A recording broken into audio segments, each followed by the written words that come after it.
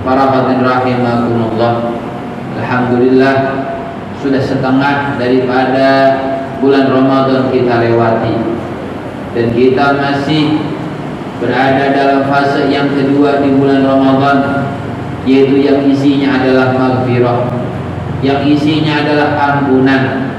Tentunya janji Nabi yang telah beliau sabdakan di dalam hadisnya ini tentunya tidak ada kebohongan, tentunya tidak ada kedustaan.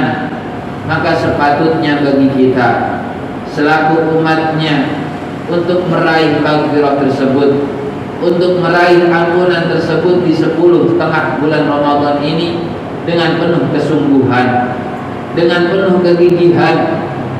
Karena ampunan yang Allah berikan kepada kita adalah satu keuntungan kita sebelum di akhirat kita akan dapatkan di dunia ini. Para hadirin rahimakumullah, tentunya untuk mendapatkan maghfirah dari Allah Subhanahu wa taala tidak bisa hanya sekedar menginginkan, tidak hanya bisa sekedar berangan-angan. Harus adanya usaha, terutama ialah kita harus benar-benar dengan ada kesungguhan melaksanakan taubat di dalam bulan Ramadan ini.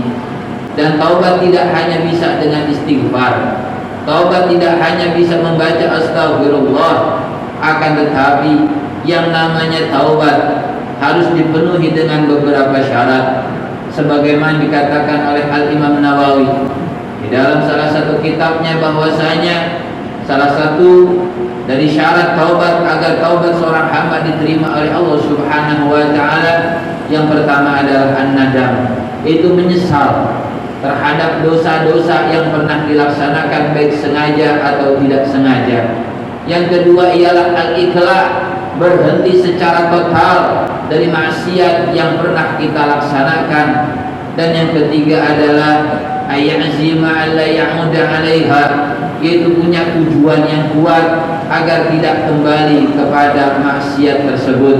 Dan ketika dosa itu ada hubungannya dengan manusia, pernah membicarakan keburukan orang lain, pernah mengambil hak orang lain tanpa izinnya, maka ditambahkan syarat taubat tersebut ialah al-istihlal, yaitu meminta halal, meminta ridha dari apa yang telah pernah kita laksanakan yang berhubungan dengan hak-hak adami.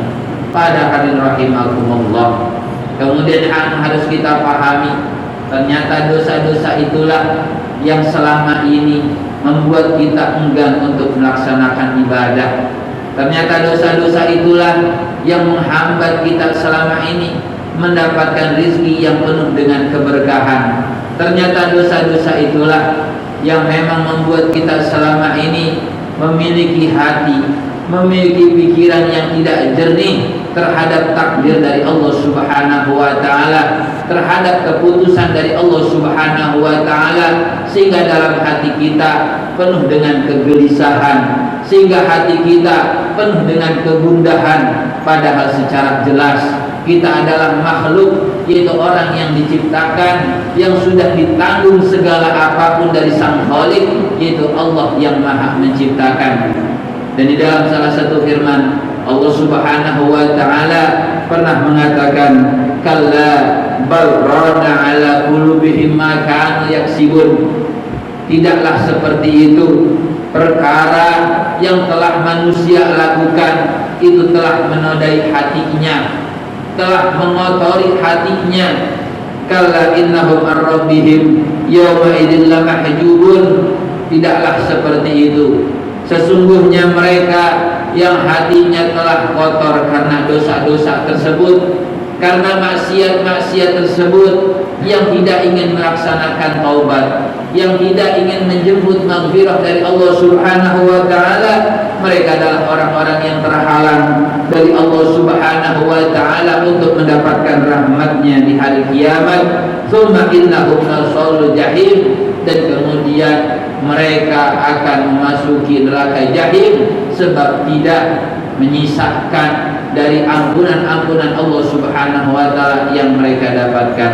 Para hadirin rahimakumullah, dan yang terakhir yang perlu harus kita pahami terkait masalah dosa, terkait masalah maksiat, ternyata bukan hanya perkara zahir saja yang harus kita jaga diri kita dari maksiat tersebut, melainkan maksiat-maksiat yang batin pun harus kita perhatikan. Terkait masalah hati yang terus iri kepada orang lain, merasa sombong, merasa lebih dari orang lain, merasa lebih kaya dari orang lain, merasa lebih alim daripada yang lain, merasa pendapatnya lebih bagus daripada yang lain, sehingga dengan penyakit hati tersebut tidak terasa hati-hati kita semua penuh dengan harat-harat yang kita sulit untuk mendapatkan nasihat, yang kita sulit untuk mendapatkan pelajaran, sehingga di akhirat nanti kita hanya mendapatkan kerugian karena tidak menjaga batin kita dan juga zahir kita. Mudah-mudahan dengan khutbah yang singkat ini kita senantiasa dibersihkan zahir kita,